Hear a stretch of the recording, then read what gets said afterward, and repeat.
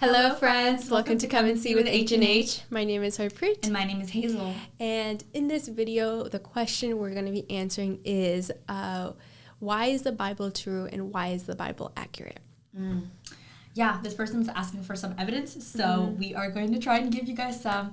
So I think there's a couple ways to know if a historical document is true. There's a couple tests, that people ask for. So one, you're looking for internal consistency. You're looking for archaeological evidence. You're looking for historical records. You're going to look for the context of that historical record. So you're trying to make sure that there's actually these are the different evidences you're looking for to prove if a historical document is actually true. Yeah. And one of the beautiful things about the Bible is that it is one storyline. There is so much internal consistency. It flows from the Old Testament into the New Testament. You could go back and forth and you could see that there is a lot of similarities. That's one of my favorite ways to read the Bible, is going back and forth and comparing what's in the Old Testament and in the New Testament. And that is something that's very clear about the Bible, is that it flows. It just flows. Yes. And I've heard it be it's the best story ever written. Yeah, best love story ever written. So actually, that's a quote from Harpreet from our What is the Bible video. If you want to check that out, you can do that. I don't remember that, but okay. I remember you saying that. Really? But anyways, and another big thing is the archaeological evidence. Man, there is so much archaeological evidence for the Bible. One of the biggest things was that finding of the Dead Sea Scrolls. So the Old Testament was particularly the Hebrew Old Testament was preserved primarily through manuscripts that were written in Hebrew and Aramaic and other ancient languages. And so they found a collection of those Old Testament manuscripts in something called the Dead Sea Scrolls. And basically most of the Old Testament was found in these scrolls, besides, I think, the book of Esther, if you don't get me wrong. And also the New Testament, they found a lot of ancient texts and manuscript evidence for the New Testament as well. And so I think this itself is just a big evidence for showing the reliability of Scripture itself. Yeah. Another way that Scripture, we know the Bible is true, is that there's been at different sites like Jericho, and I'm going to butcher some of these names, Medigo and Hazar. These are ancient cities and fortifications that have aligned with the descriptions found in the Bible. For instance, findings at Jericho support the biblical account of the Israel's conquest of that city. And so there is just so much evidence that supports that the events that took place in the Old Testament, in the Bible, are true. For example, Jerusalem is a real place. Right. So is Nazareth, and so is Bethlehem. The places that are discussed in Scripture are actual places. They're not just made up. Yeah, and just to add on to that, the people, just knowing that those people are real people are not made up. Like Pontius Pilate, real person. King Caesar, real person. We know that these people and these places are true. They're not just la-la land, you know? And I think that's a really big thing as well. Another thing is there's extra biblical texts. There's texts outside of the Bible that show that these these people, not characters, these people are real, and some of these events are real, and so you can go and find those. All these events are real. Oh yes, yeah. I'm saying you can find outside evidence for that too. Yeah.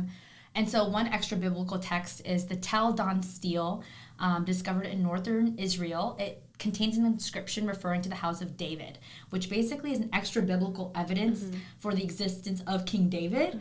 And he wrote a lot of the Psalms in the Old Testament. So if you're going through the Psalms, it's King David. Who's that? Yeah, King David is important. So yes. And actually, Jesus comes from the king of lineage of King David. And you can see that in the book of Matthew. It just talks about his lineage and stuff, and it's so cool. That's another big way that you can kind of just see the historicity of Scripture and how true it is from Old Testament to New Testament, because you can find every single lineage from Adam and Eve is written in the book of Matthew to show the story of Jesus. So you can check that out too. And there is historic records. And there's the Babylonian records, such as the Babylonian Chronicles and Sorry, I cannot say C's right now, which also corroborate the aspects of the Babylonian captivity, as well as the Jewish return to Jerusalem. And even like outside of like biblical text, like there is also other evidences, like in other cultures and other religions, there's evidence that people like these people existed. For example, Paul, he had gone to India during one of his one of his journeys. I don't know why I said conquest. During one of his journeys in the New Testament, and there's evidence in like even in India to this day that they existed, and they have like churches named after them. And so it's just like, even when we'll talk about this like kind of later in one of the questions, but me and Hazel talked about it in What is the Bible video, that the Bible was written in 3 different continents, 13 different countries,